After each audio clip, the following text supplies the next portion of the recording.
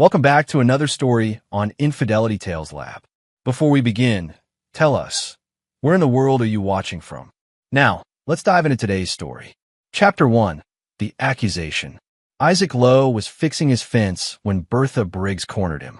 The 60-something woman had always been the neighborhood's self-appointed watchdog, but today her usual nosiness had transformed into something far more sinister.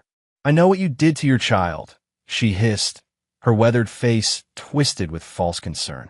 Isaac straightened up, setting down his hammer. He'd dealt with difficult situations before. 12 years in military intelligence had taught him to stay calm under pressure. "What child? What are you talking about?" "The one crying in your upstairs room. I've called the police."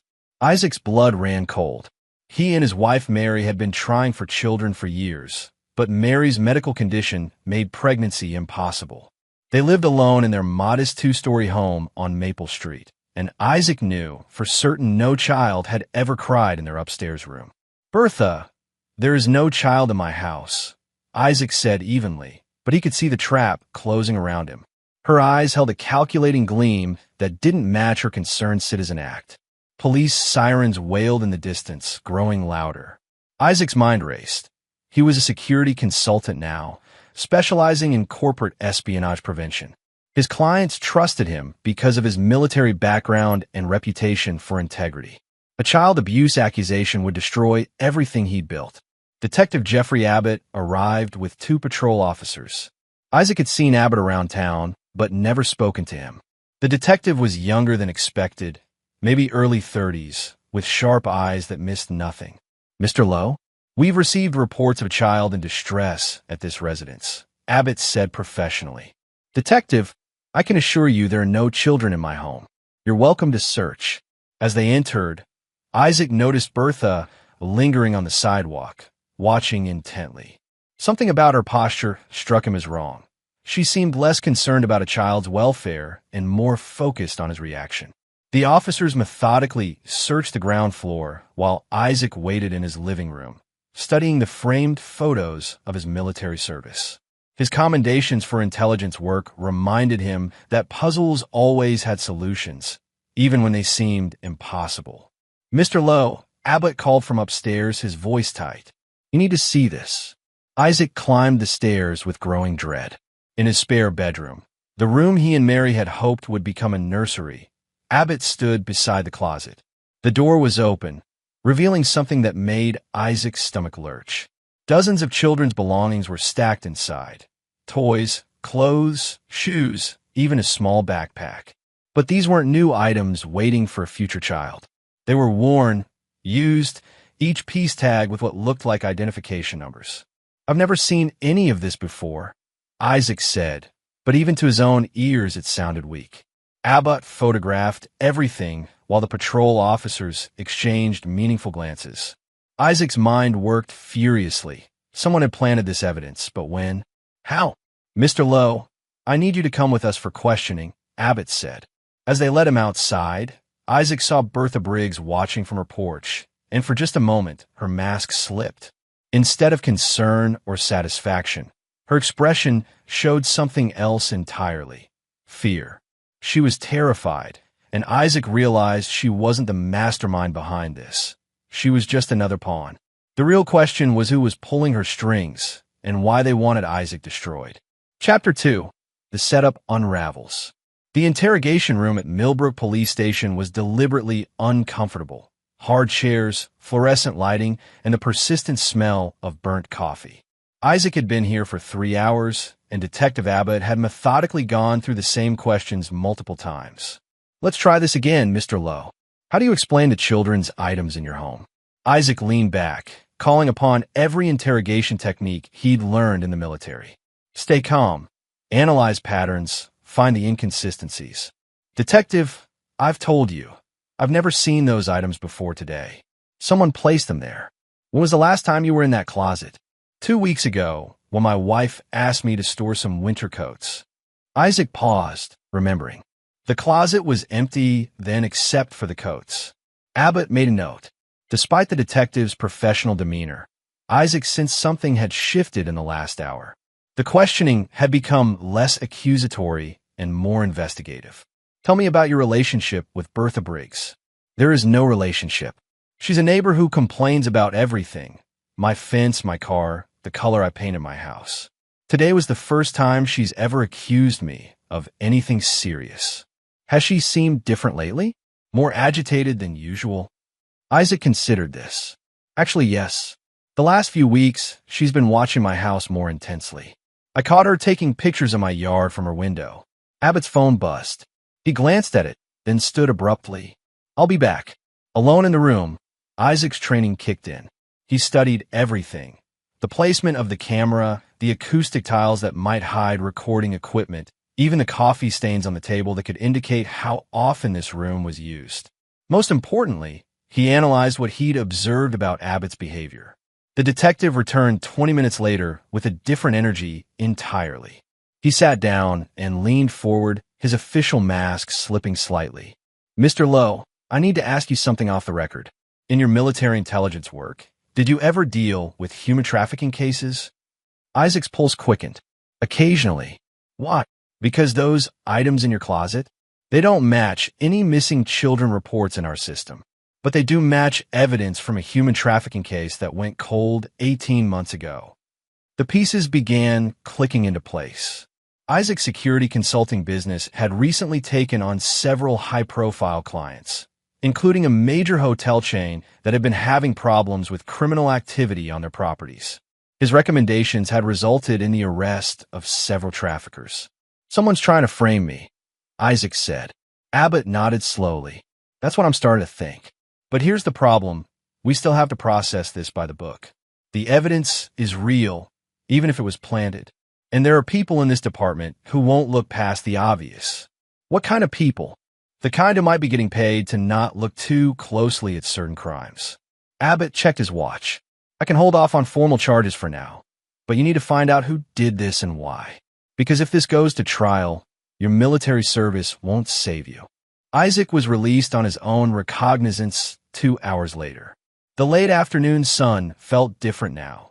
Everything looked the same, but his world had fundamentally shifted. His neighbor's glances lingered too long, and he noticed curtains twitching as he walked to his car. Mary was waiting for him at home, her face pale but determined.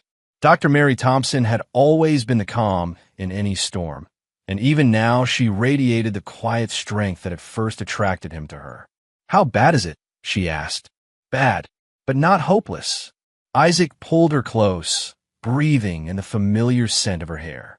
Someone's playing a very sophisticated game, and they made one crucial mistake.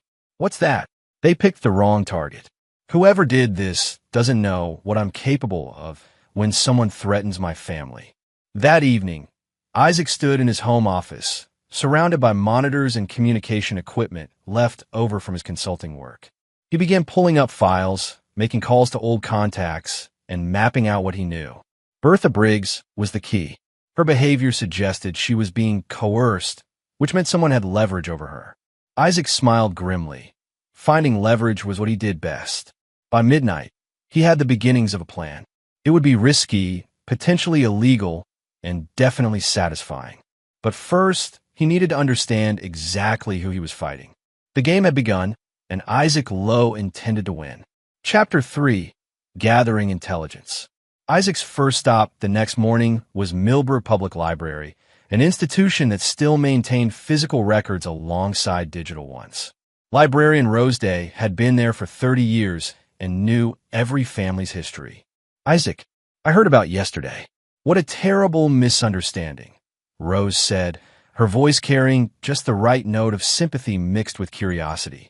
Thanks, Rose. Actually, I'm hoping you might help me understand something. I'm trying to learn more about my neighbor Bertha Briggs. Has she always lived alone? Rose glanced around conspiratorially. Oh, Bertha's had quite the life. She moved here 5 years ago after her husband died. But before that, she leaned closer. She lived in Riverside County, where she worked for Child Protective Services. Isaac's blood chilled. A CPS worker would know exactly how to manipulate evidence and create believable accusations. Did she retire from there? That's the interesting part. She took early retirement very suddenly. Some folks said there was trouble, but nothing official was ever announced. After leaving the library, Isaac drove to Riverside County. His military contacts included Oliver Holt, who now worked private security and owed Isaac several favors. They met at a diner outside the county seat. Oliver looked like what he was, a former Special Forces operator who transitioned to civilian work but never lost his edge. At 45, he was still intimidating enough to end conversations just by walking into a room. "Isaac, you look like hell," Oliver said, sliding into the booth. "I'm being framed for child abuse by a former CPS worker. I need to know why." Oliver's expression darkened. "Give me everything." Isaac laid out the timeline.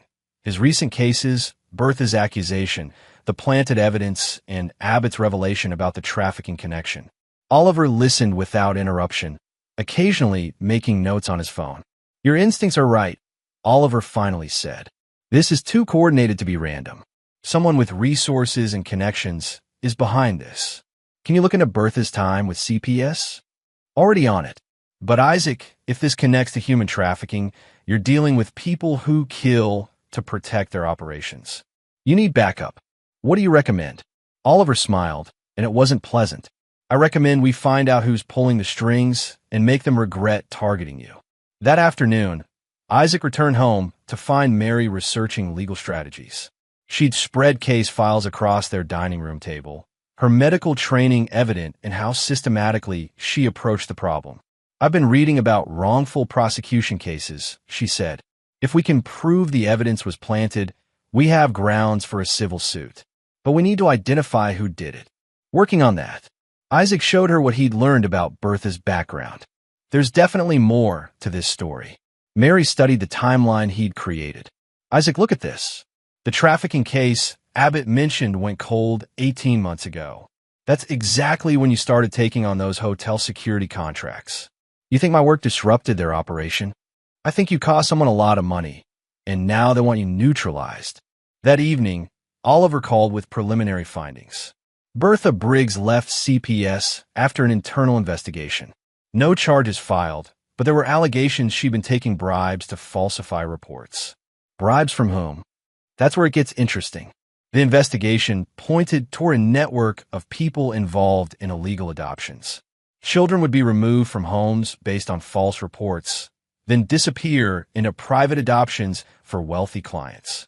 Isaac felt pieces clicking into place. So she knows how to work the system. Gets better. Guess who is rumored to be the money man behind the operation? Tell me. Willie Daniel, local city councilman, owns several businesses in Millbrook. Real estate, mostly, but also has interests in consulting services. Isaac recognized the name. Daniel had been in the news recently for his charitable work with at-risk youth. The irony was sickening. "Oliver, I need everything you can find on Willie Daniel. Financial records, business associates, property holdings, everything. What are you planning?" Isaac looked at Mary, who nodded slightly. They'd been married 8 years, and she could read his intentions perfectly. "I'm planning to give them exactly what they deserve. But first, I need to understand their entire operation. This could get dangerous. It already is dangerous. The difference is now I know who my enemies are." After Oliver hung up, Isaac sat with Mary on their couch, holding her hand as they watched the neighborhood through their living room window. Across the street, Bertha Briggs' house sat dark except for a single light in the kitchen window. "She's scared," Mary observed. "Look how she keeps checking the locks on her doors. She should be scared, but not of us, of whoever's controlling her. What's our next move?" Isaac smiled, and for the first time in 2 days, it was genuine. "We turn predator into prey. But carefully, these people have already shown they're willing to destroy lives. I need to make sure we don't give them another chance." As they went to bed, Isaac was already formulating phase 1 of his counterattack. He'd spent years learning how criminal networks operated, and he knew their greatest weakness. They always underestimated their victims. That was about to be a fatal mistake. Chapter 4. The Hunter Becomes Hunted. Isaac began his surveillance of Willie Daniel at dawn, positioning himself in a rented car across from Daniel's real estate office. Years of intelligence work had taught him patience, and today it paid off when he observed Daniel meeting with someone unexpected, Detective Lieutenant Ray Perkins, Jeffrey Abbott's supervisor. The meeting lasted only 10 minutes, but Isaac managed to photograph their interaction through the office window. Perkins handed Daniel an envelope, received what looked like a small package in return, and left through the back exit. Isaac's phone buzzed with a text from Abbott. Need to meet. Urgent. Coffee shop on 3rd Street. Come alone. 20 minutes later, Isaac found Abbott waiting in a corner booth, looking nervous. The detective's usual composure had cracked, revealing someone under significant pressure. We have a problem, Abbott said without preamble. Lieutenant Perkins is pressuring me to file formal charges against you. He says the evidence is overwhelming and the DA's office wants to move quickly. How quickly? Tomorrow morning. Isaac leaned back, processing this information. Jeffrey, what do you know about Ray Perkins? He's been my supervisor for 3 years. Good cop by the book, clean record. Abbott paused. Why? Isaac showed him the photographs from the morning surveillance. Abbott's face went pale as he studied the images. Son of a bitch, he whispered. How long has this been going on? That's what I intend to find out. But first, I need you to buy me some time. Ow! Can you delay the charges for 48 hours? Claim you need to verify the evidence chain of custody or something? Abbott considered this. Maybe. But if Perkins gets suspicious, he'll just assign another detective to the case. Then we need to give him something else to worry about. That afternoon, Isaac met with Oliver Holt at an industrial park outside town. Oliver had brought surveillance equipment and tactical gear, enough to outfit a small military operation. I found your smoking gun, Oliver announced, setting up a laptop. Willie Daniel doesn't just own real estate. He owns the storage facility where the trafficking victims were held 18 months ago. Isaac studied the property records Oliver displayed. The same facility the police never fully investigated, because the investigation was shut down by Ray Perkins, citing lack of evidence. How many people are in on this? At minimum, Daniel, Perkins, and Bertha, but probably others. This kind of operation needs lawyers, judges, social workers, a whole network. Isaac's phone rang. Mary's name appeared on the screen. Isaac, you need to come home now, she said, her voice tight with controlled fear. Bertha Briggs is at our front door, and she's acting very strange. I'm on my way. Don't open the door. Isaac and Oliver reached the house in 15 minutes. Bertha stood on the front porch, pacing and muttering to herself. She looked like she hadn't slept in days. Mrs. Briggs, Isaac called from the sidewalk. Is everything all right? She spun toward him, her eyes wild. They know you're asking questions. They know about the detective helping you. Who knows? The people I work for. They're not happy about the complications. She stepped closer, lowering her voice. You don't understand what you're dealing with. These people, they've killed before. Then why are you here? Because they told me to give you a message. Her hands shook as she pulled a folded paper from her pocket. If you don't plead guilty and take whatever deal they offer, they'll do to your wife what they did to the children. Isaac took the paper, fury building in his chest. The message was typed, untraceable. Stop digging or Dr. Thompson joins our collection permanently. Oliver stepped forward, his presence immediately changing the dynamic. Ma'am, you're going to tell us everything you know about this operation. Right now. Bertha looked between them, clearly terrified. I can't. You don't know what they're capable of. Actually, I do, Isaac said quietly. I've spent my career learning exactly what people like this are capable of. But here's what they don't know about me. He stepped closer to Bertha, and she saw something in his eyes that made her back up against the porch railing. I'm capable of much worse things than they are. And if they threaten my wife again, they're going to discover just how creative I can be. Mary appeared in the doorway. Isaac, bring her inside. She's shaking. Against Isaac's better judgment, they brought Bertha into the living room. Mary, drawing on her medical training, provided tea and created a calming environment. Sometimes the soft approach worked better than intimidation. Bertha, how long have you been working for these people? Mary asked gently. 5 years. Ever since I left Riverside County. Bertha's voice was barely a whisper. They approached me after the CPS investigation, so they could make my problems disappear if I helped them occasionally. What kind of help? At first, just information. Which families were having problems, which children might be removed from homes. Then it got worse. Isaac sat forward. What do you mean worse? They wanted me to create problems, make false reports, plant evidence of abuse, testify in custody hearings. Tears ran down her weathered face. I told myself I was helping children, but I knew better. Why didn't you go to the police? Because they have evidence of what I did. Videos, documents, recordings. If I don't cooperate, I go to prison for the rest of my life. Oliver exchanged a look with Isaac. What about Willie Daniel? What's his role? He's the money man. He finds the buyers, arranges the adoptions, handles the payments. But he's not the boss. Then who is? Bertha's hands shook harder. I don't know his real name. Everyone calls him the patron. He has people everywhere. Police, courts, social services. That's how they knew you were investigating. Isaac stood up, pacing to the window. Outside, the neighborhood looked peaceful, but he now understood it was all an illusion. Predators lived among them, protected by corruption and fear.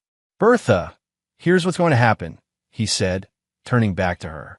You're going to help us bring down this entire operation. In exchange, I'll make sure you're protected when it's over.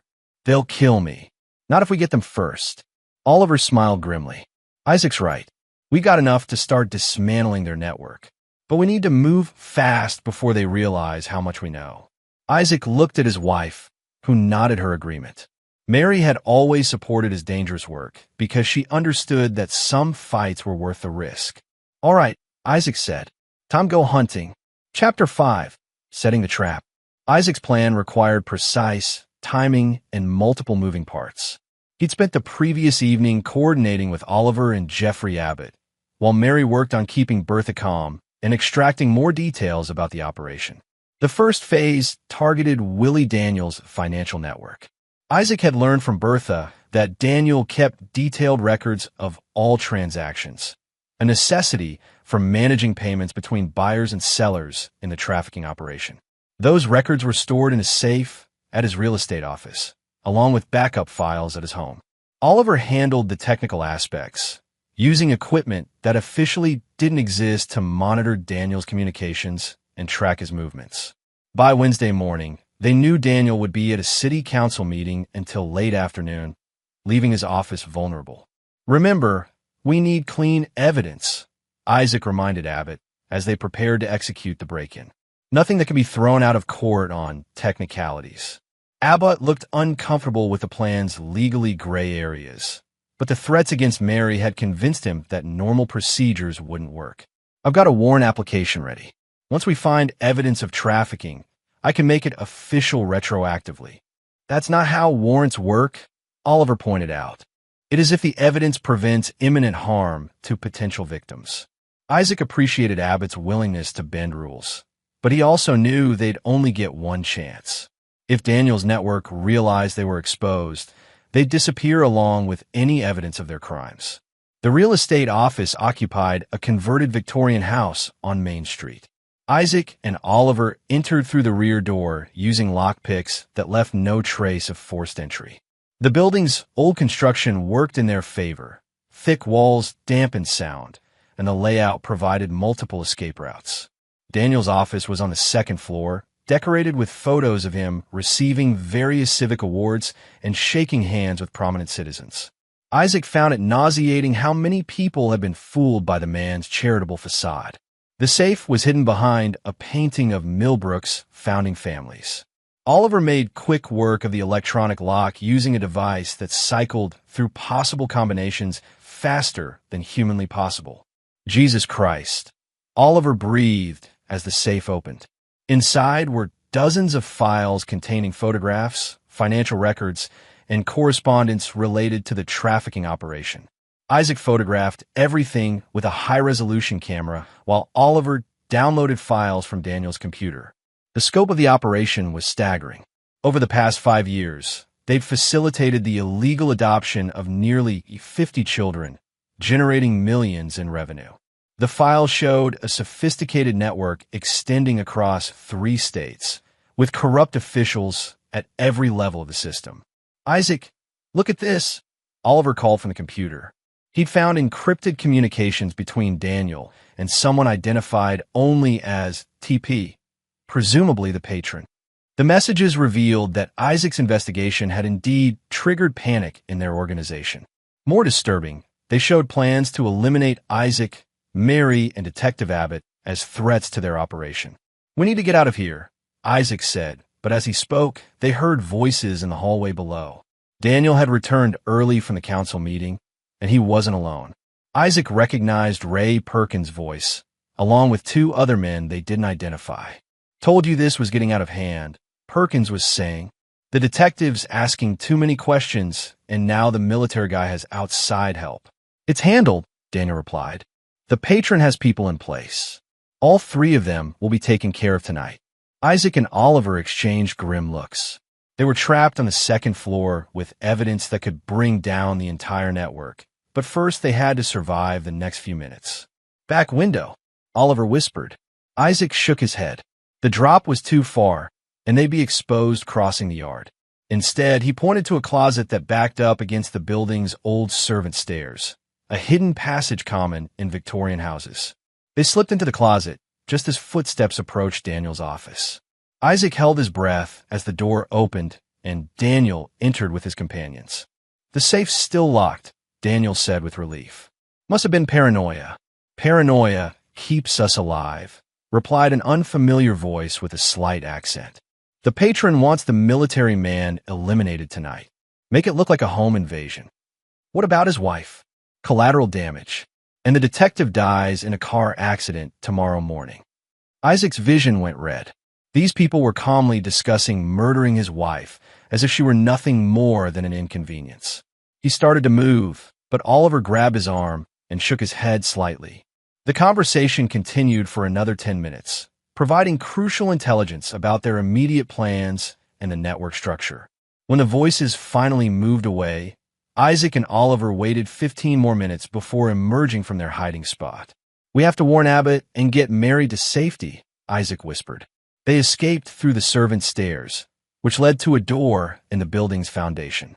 By the time they reached Isaac's car, both men were focused on one objective: turning the hunters into the hunted. Isaac called Mary first. "Pack a bag and go to your sister's house in Springfield. Don't ask questions, just go. I'll explain later." "Isaac, what's happening?" "They're coming for us tonight. Please, just trust me and go." His second call was to Abbott. "Jeffrey, you need to disappear for the next 24 hours. They're planning to kill you." "What? How do you know?" "Because we just heard them planning it. Can you get somewhere safe?" "My brother's cabin upstate." "But Isaac, if they're moving against us, then it's time to move against them first." Isaac and Oliver drove to a safe house Oliver maintained for situations exactly like this one. The small apartment was equipped with weapons, communications gear, and supplies for an extended siege. "What's the play?" Oliver asked as they reviewed the evidence they gathered. Isaac studied the photographs and documents spread across the table. The network was extensive, but every criminal organization had vulnerabilities. The key was finding the right pressure point. "We're going to do what they least expect," Isaac said. "Instead of running, we're going after the patron tonight." "How?" "We don't even know who he is." Isaac smiled, and it was the expression of a predator who'd finally found his prey. "Actually, we do. Look at the communication patterns and financial flows. There's only one person in this town with the resources and connections to run an operation this sophisticated." Oliver studied the data more carefully. Then his eyes widened as he reached the same conclusion. "Son of a bitch. It's been hiding in plain sight." Isaac nodded. "Tomorrow morning, Millbrook is going to wake up to a very different world. But first, we need to make sure none of us see tomorrow if the patron has his way." Outside, darkness fell over the town, and somewhere in that darkness, killers were preparing to eliminate the last threats to a trafficking network that had operated with impunity for years. But Isaac Lowe had spent his career hunting people who thought they were untouchable. Tonight, he would remind them that everyone was vulnerable if you knew where to strike. Chapter 6: The Patron Revealed. Isaac and Oliver spent the evening analyzing the evidence and preparing for what Isaac suspected would be the most dangerous night of his life. The files from Daniel's safe painted a clear picture of the trafficking network structure, but more importantly, they revealed the identity of the patron. "It makes perfect sense," Oliver said, studying the financial records. He's had access to vulnerable families through his position. He's got the political connections to protect the operation, and he's been publicly advocating for child welfare while privately destroying lives. Isaac stared at a photograph of Judge Henry Sheridan receiving a humanitarian award. Sheridan had been Millbrook's most respected family court judge for 15 years, known for his compassionate handling of custody cases and his charitable work with foster children.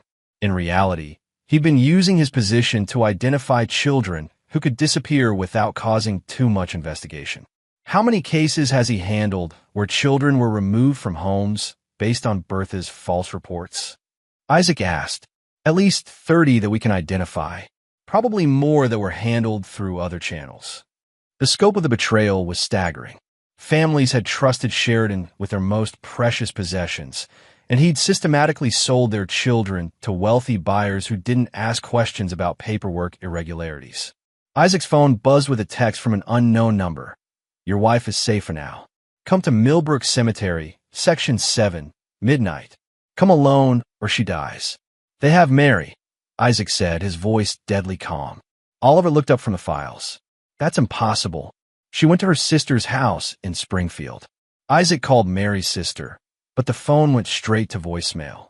A follow-up call to Springfield police confirmed his worst fears. 2 women matching Mary and her sister's descriptions had been taken from a house on Elm Street 3 hours earlier. How did they find her so fast? Oliver asked. Isaac was already moving, checking weapons and gathering equipment. Because Judge Sheridan has access to police databases, court records, everything. He probably knew about Mary's sister before I did. This is obviously a trap. Of course it's a trap, but they made one crucial mistake. What's that? Isaac's expression was colder than Oliver had ever seen it. They assumed I'd come alone. Millbrook Cemetery had been established in 1847. Its old section filled with elaborate Victorian monuments and sprawling oak trees that blocked most of the ambient light from town.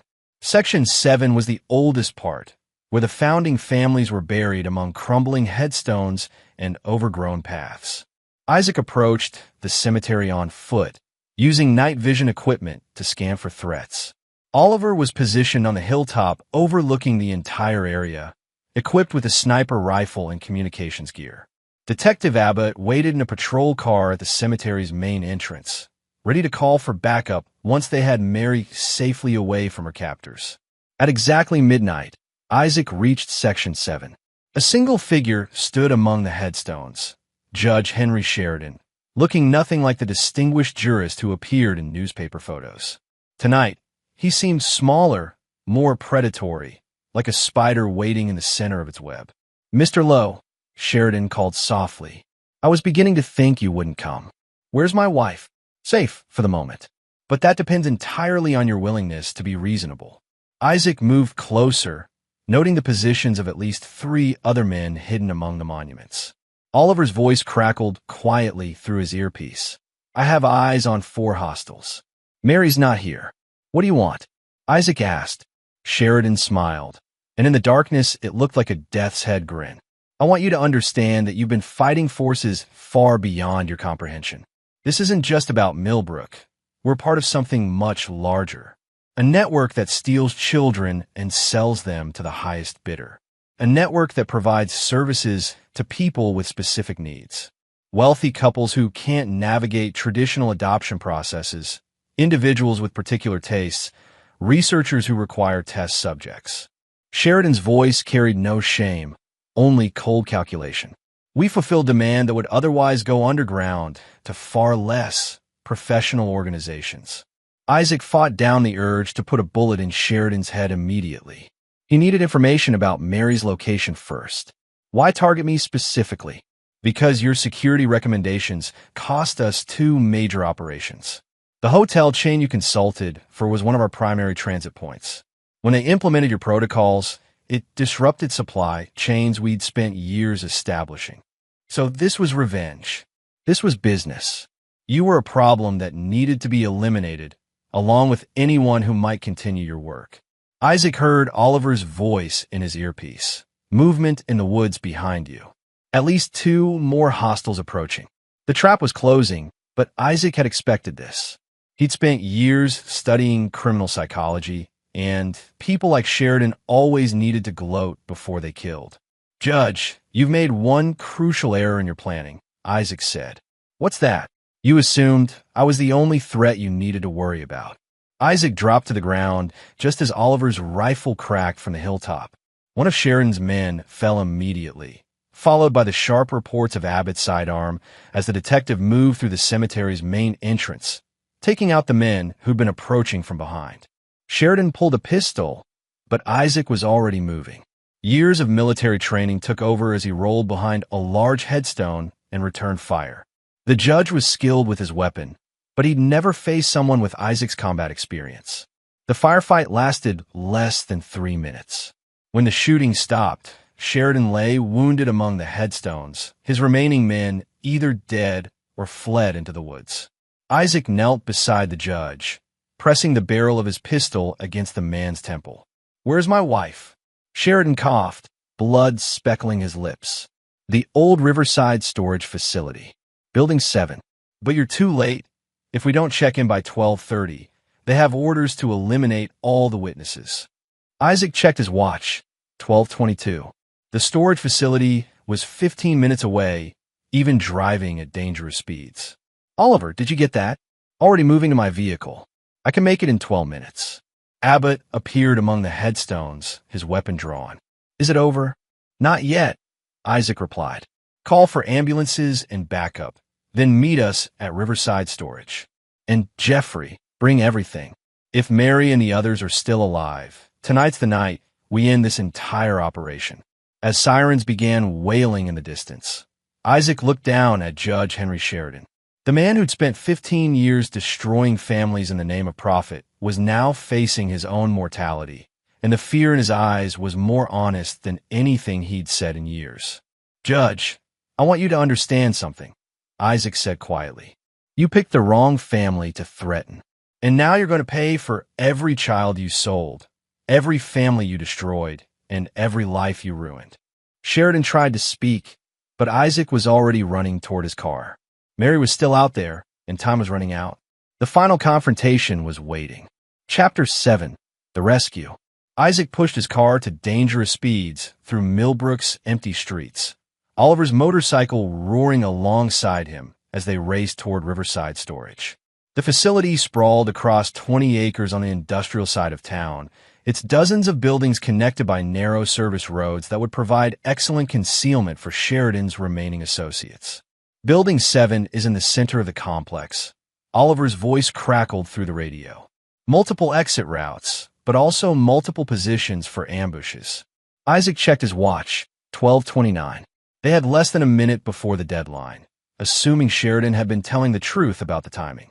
In his experience, desperate criminals often lied about such details, but he couldn't risk being wrong. They ditched their vehicles at the facility's main gate and approached on foot. The storage complex was poorly lit, with long shadows between buildings that could hide an army of gunmen. Isaac's night vision equipment revealed movement in at least 3 locations. Too many hostiles to engage directly without risking Mary's safety.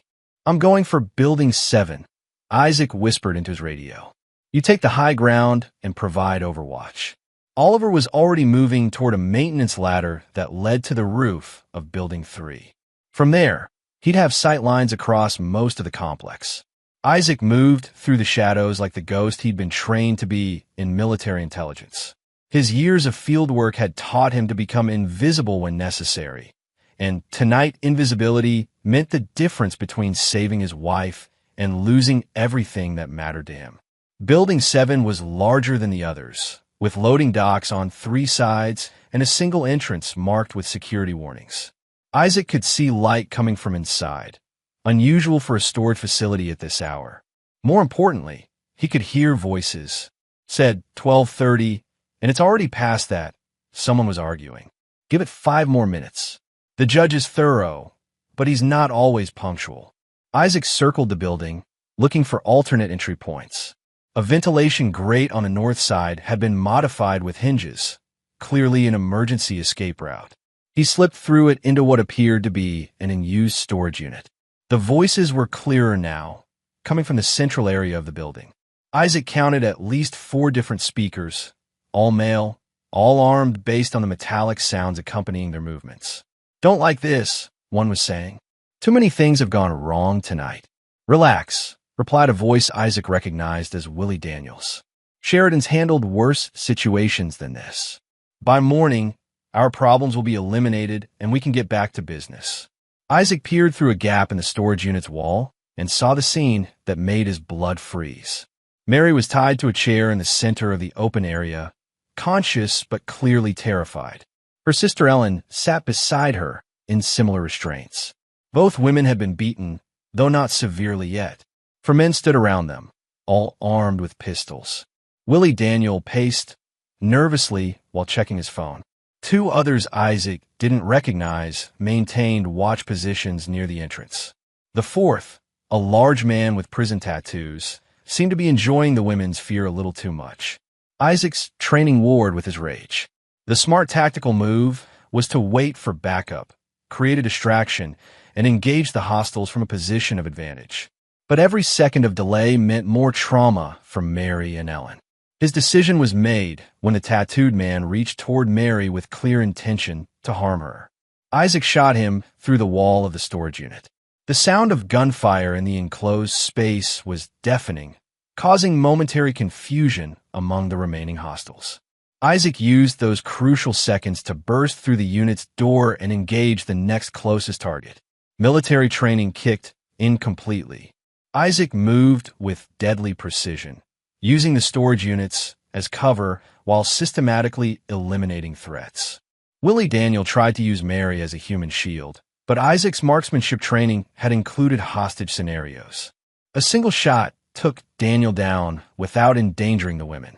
The entire firefight lasted less than 90 seconds.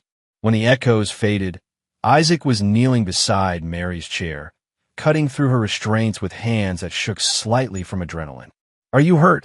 he asked, checking her for injuries. "We're okay," Mary said, though her voice was hoarse from stress. "Isaac, there are others. They have children here." "Where?"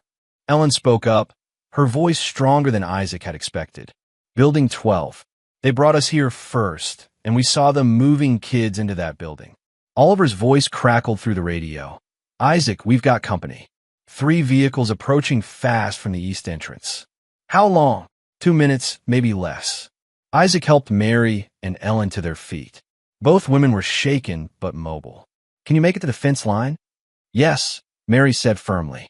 "Go get those children." Isaac's heart swelled with pride for his wife's strength, but there wasn't time for sentiment. Building 12 was across the complex, and Sheridan's reinforcements would arrive before he could make the trip on foot. "Oliver, I need a distraction." "On it." Explosions bloomed throughout the storage complex as Oliver began detonating charges he'd placed during his approach. The diversions would confuse the incoming hostiles and provide cover for Isaac's movement.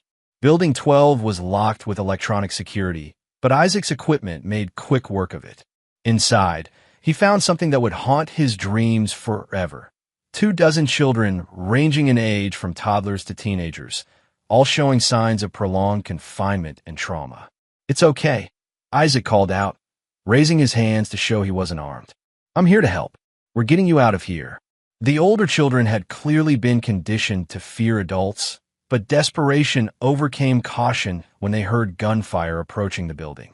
Isaac began leading them toward the exit, carrying 2 of the smaller ones who couldn't walk fast enough. Abbott's police sirens wailed in the distance, growing louder as backup finally arrived. Isaac emerged from Building 12 to find Oliver providing covering fire from his rooftop position, while Sheridan's reinforcements took defensive positions around the complex. "This way," Isaac shouted to the children, leading them toward a break in the perimeter fence that Oliver had created with his explosives. The sight that greeted police and paramedics would become the stuff of legend in Millbrook. Isaac Lowe walking through smoke and chaos with nearly 24 rescued children, his wife and sister-in-law helping to guide the traumatized victims to safety, while his military friend provided precision fire support against the remaining criminals. But even as ambulances arrived and began treating the children, Isaac knew the night wasn't over. They'd rescued the victims and eliminated most of the network soldiers, but the corruption ran deeper than just Sheridan and his immediate associates. Jeffrey, Isaac called to Abbott as the detective coordinated the crime scene. We need to move fast on the rest of the network. Once word gets out about tonight, the others will disappear. Abbott nodded grimly. I've already called the state police and FBI. With the evidence you gathered and the children as witnesses, we can roll up everyone connected to this operation. Isaac looked around at the devastation of the storage complex, then at Mary as she comforted a crying child.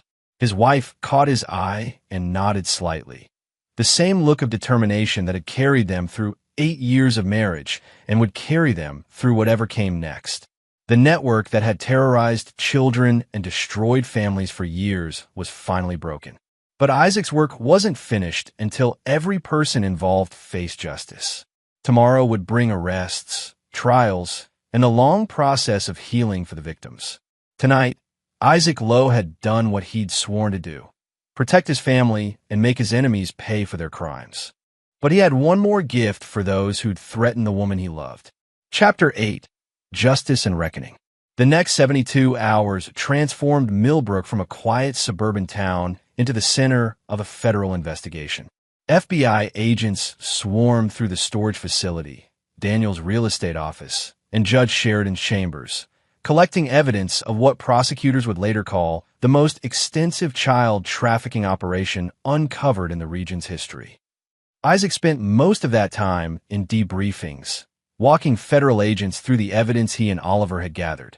The military precision of their investigation impressed even seasoned FBI professionals, though Isaac noticed some discomfort with the irregular methods they'd employed. Mr. Lowe, Special Agent Candace Hendricks said during their final interview, "Your background obviously prepared you well for this type of investigation.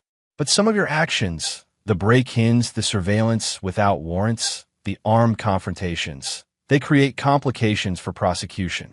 Isaac leaned back in his chair, studying the agent across the table. "Special Agent Hendricks, with respect, your by-the-book approach would have resulted in the deaths of my wife, 24 children, and at least 1 police officer. Sometimes complications are preferable to body bags. Nevertheless, defense attorneys will challenge evidence obtained through illegal means. Then I guess you'll have to be very creative about explaining how you obtained it." Detective Abbott, who'd been largely silent during the debriefing, finally spoke up. "Agent Hendricks, Isaac's evidence led us to identify over 40 victims across 3 states. We've got confessions from 3 network members, financial records going back 5 years, and testimony from children who can identify their captors. Any decent prosecutor can make this case without worrying about search warrant technicalities." Hendricks nodded reluctantly. The scope of the investigation had indeed provided overwhelming evidence of criminal activity, much of it directly admissible regardless of how the initial intelligence was gathered. "What about Judge Sheridan?" Isaac asked.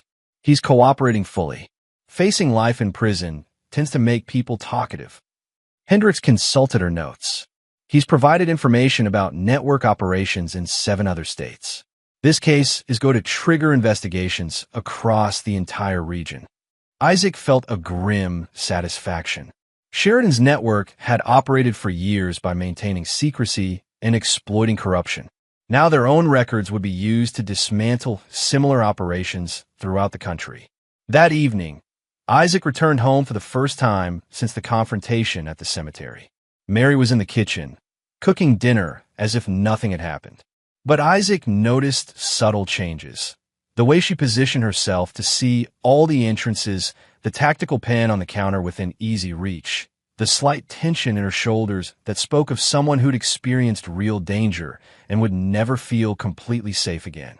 "How are you handling all this?" he asked, pulling her into his arms.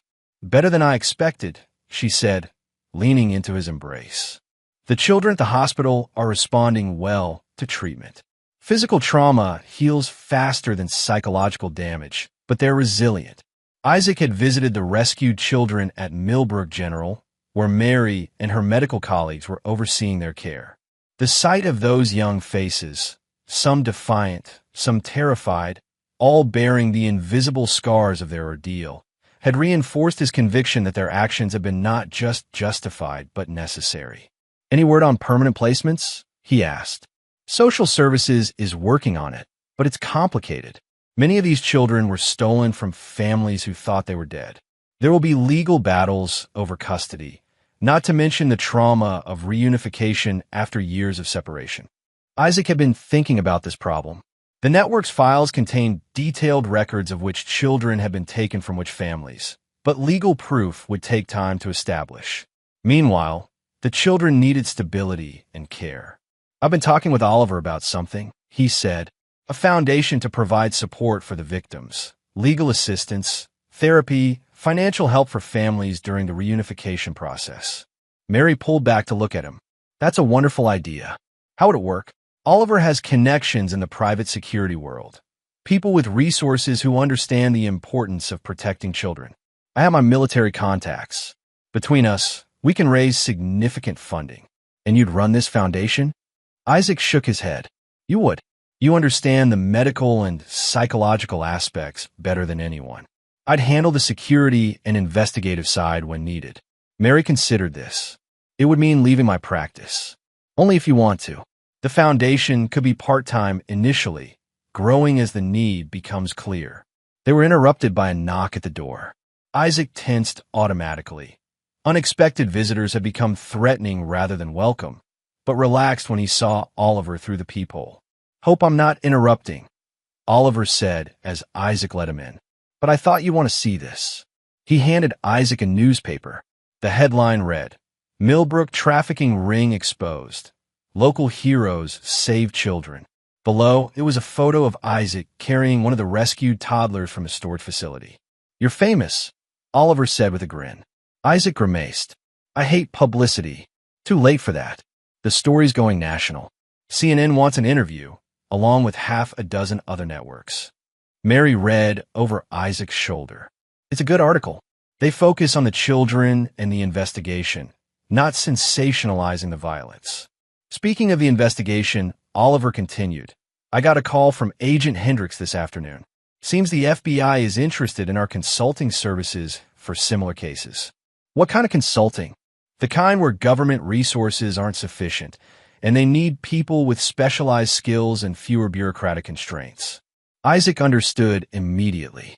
Law enforcement agencies often face limitations that prevented them from acting quickly enough to save lives. Private consultants operating in legal gray areas could sometimes accomplish what official investigations could not. "Interesting," Isaac said. "What did you tell her?" "That we consider it on a case-by-case basis." Mary looked between them. "You're talking about making this permanent, aren't you? Hunting people like Sheridan's network." Isaac sat down beside her. "Only if you're comfortable with it. After what we've been through, I understand if you want a quieter life." Mary was silent for a long moment, staring at the newspaper photo.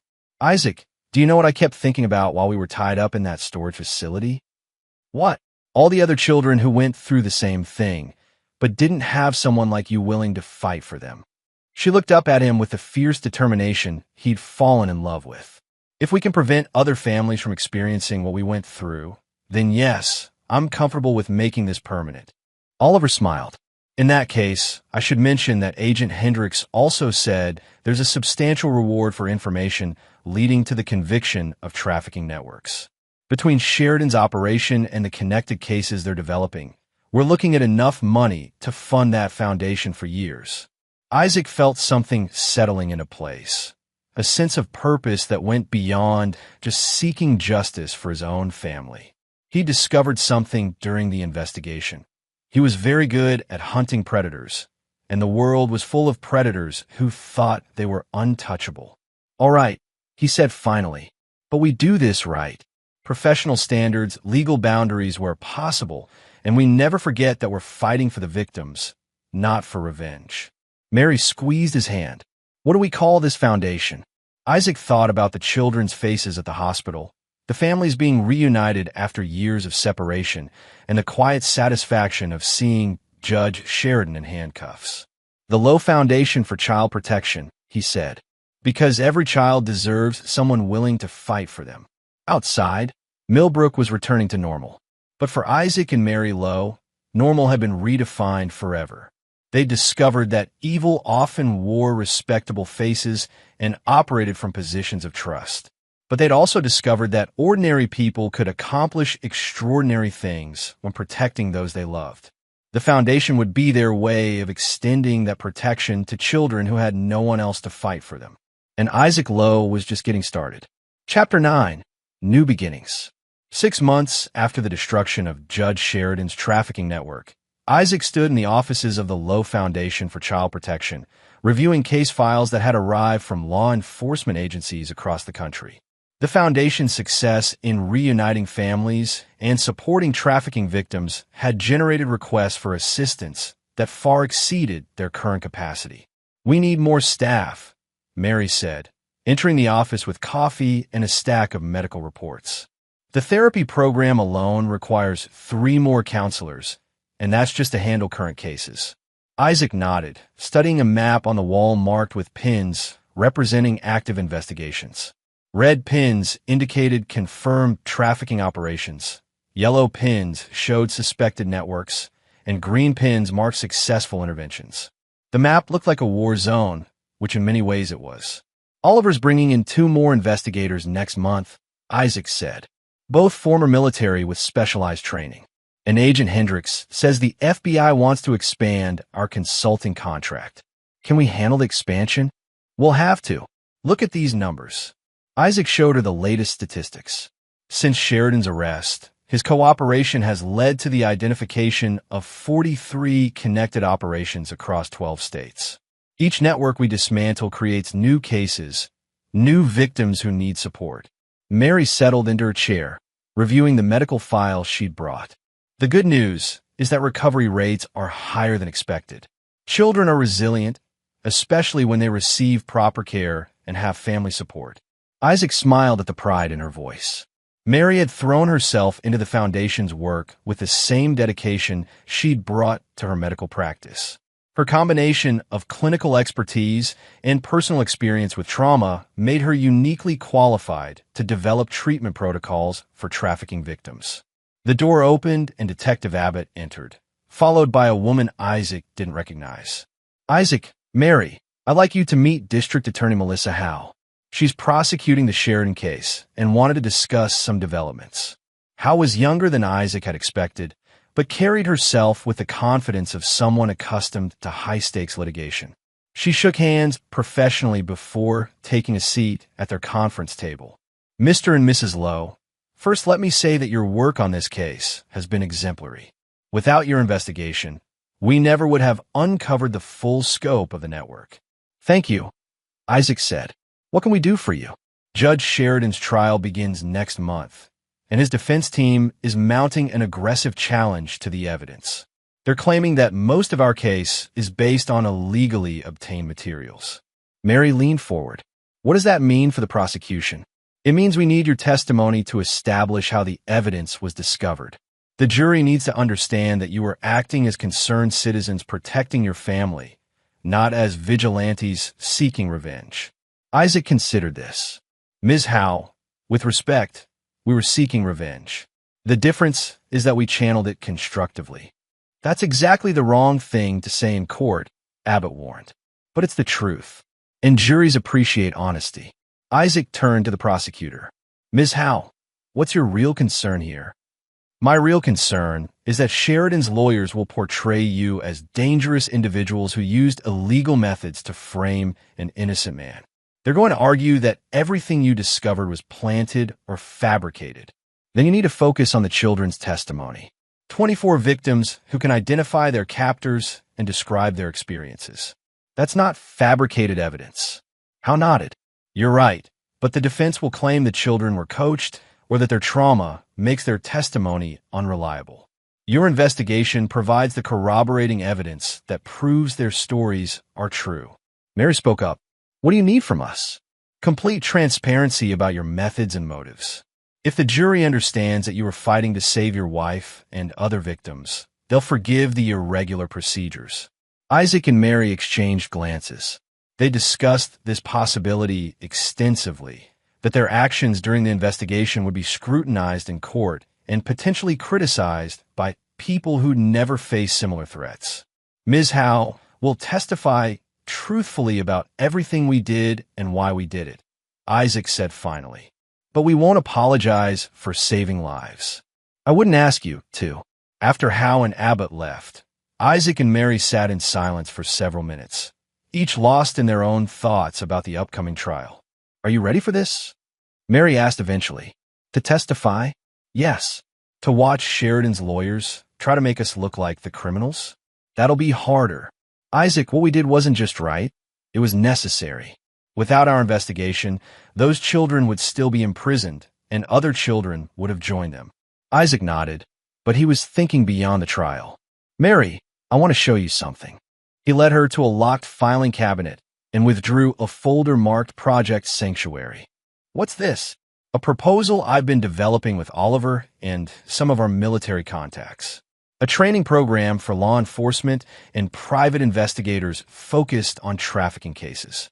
Mary read through the proposal, her eyebrows rising as she absorbed the details. Isaac, this is massive. You're talking about creating a national network of specialists. Trafficking networks are highly organized and well-funded. They have sophisticated methods and international connections. Law enforcement agencies need comparable expertise to fight them effectively. And you want to provide that expertise. I want to ensure that what happened to us and to those children never happens to another family. Mary closed the folder and looked at him with the expression that had captured his heart 8 years earlier. When do we start? The trial of Judge Henry Sheridan began on a cold Monday morning in February. Isaac and Mary arrived at the courthouse to find media crews and protesters gathered on the steps. Signs reading Justice for Children competed with others proclaiming due process matters. Inside, the courtroom was packed with spectators, including many of the families whose children had been victims of Sheridan's network.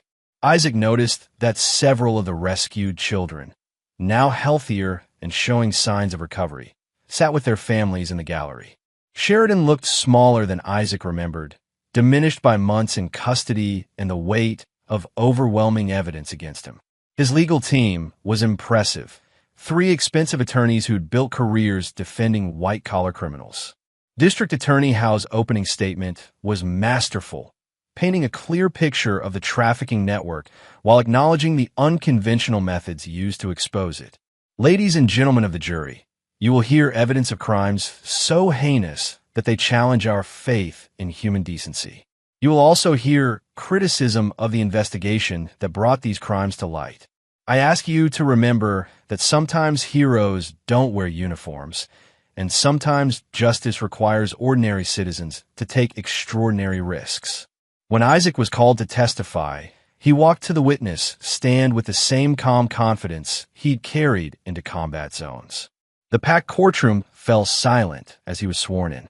Mr. Lowe, Howe began, please tell the jury what happened on the morning of September 15th when Mrs. Briggs approached you.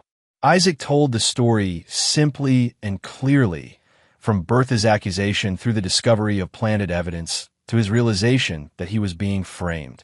When he described finding Mary and the children at the storage facility, several jurors were visibly moved. Sheridan's defense attorney, a silver-haired man named Colin Pineda, rose for cross-examination with obvious relish. Mr. Lowe, isn't it true that you broke into my client's office without a warrant? Yes. And that you photographed confidential client files? Yes. You also engaged in surveillance of Judge Sheridan without legal authorization? That's correct. Pineda smiled, clearly expecting Isaac to become defensive. Instead, Isaac remained calm and cooperative. So you admit that you violated numerous laws during your so-called investigation? I admit that I used whatever means necessary to save my wife's life and protect 24 children from continued abuse. Mr. Lowe, do you believe that citizens have the right to take the law into their own hands? Isaac looked directly at the jury. I believe that when the system fails to protect innocent people, good men and women have a responsibility to act. Everything I did was focused on saving lives, not seeking personal gain. But you had no legal authority. Mr. Pineda, I had the authority that every person has when they witness crimes against children. I had the authority of conscience and the responsibility that comes with having the skills to help. The cross-examination continued for 2 hours, but Pineda never managed to shake Isaac's composure or make him appear vindictive. When Mary testified the following day, her medical expertise and obvious compassion for the victims provided powerful support for the prosecution's case. The trial lasted 3 weeks. Judge Sheridan's defense team tried every possible strategy, questioning the evidence, attacking the investigation, even suggesting that their client was being scapegoated by the real criminals. But the testimony of the rescued children was devastating, and the financial records left no room for alternative explanations. The jury deliberated for 6 hours before returning guilty verdicts on all charges. Judge Henry Sheridan was sentenced to life in prison without the possibility of parole. As Isaac and Mary left the courthouse, they were surrounded by reporters shouting questions about their future plans and the foundation's work. Isaac paused on the steps to make a brief statement. Justice was served today, but our work isn't finished. There are other networks, other victims, other families who need protection. The Lowe Foundation will continue fighting for children who have no one else to fight for them. That evening, at a celebration dinner attended by the investigation team and victim families, Isaac received a call from Agent Hendricks. Isaac, congratulations on the conviction. But I'm calling about something else. We've identified a trafficking network in Colorado that follows the same pattern as Sheridan's operation. Are you and your team available for consultation? Isaac looked around the restaurant, at the children laughing with their families, at Mary discussing therapy programs with other parents, at Oliver and Abbott planning their next training seminar. Agent Hendricks will be there tomorrow. As Isaac hung up, Mary appeared beside him. Another case, another chance to make sure no family goes through what we did. Mary smiled and took his hand. Then let's get to work. Outside, Millbrook sparkled under spring stars, a town forever changed by the events of the past year. But in a restaurant filled with survivors and heroes, Isaac and Mary Lowe were already planning their next mission. Because some fights are worth a lifetime of commitment, and some victories are just the beginning of larger wars. The foundation that had started as an act of vengeance had become something greater, a beacon of hope for children who needed to know that someone, somewhere, was willing to fight for them. Isaac Lowe had found his true calling, and he was just getting started. And there you have it. Another story comes to an end. What did you think? I'd love to hear your thoughts in the comments below. If you enjoy this story, consider joining our community by subscribing. It means the world to us. For more stories like this one, check out the recommended videos on screen. And I'll see you there.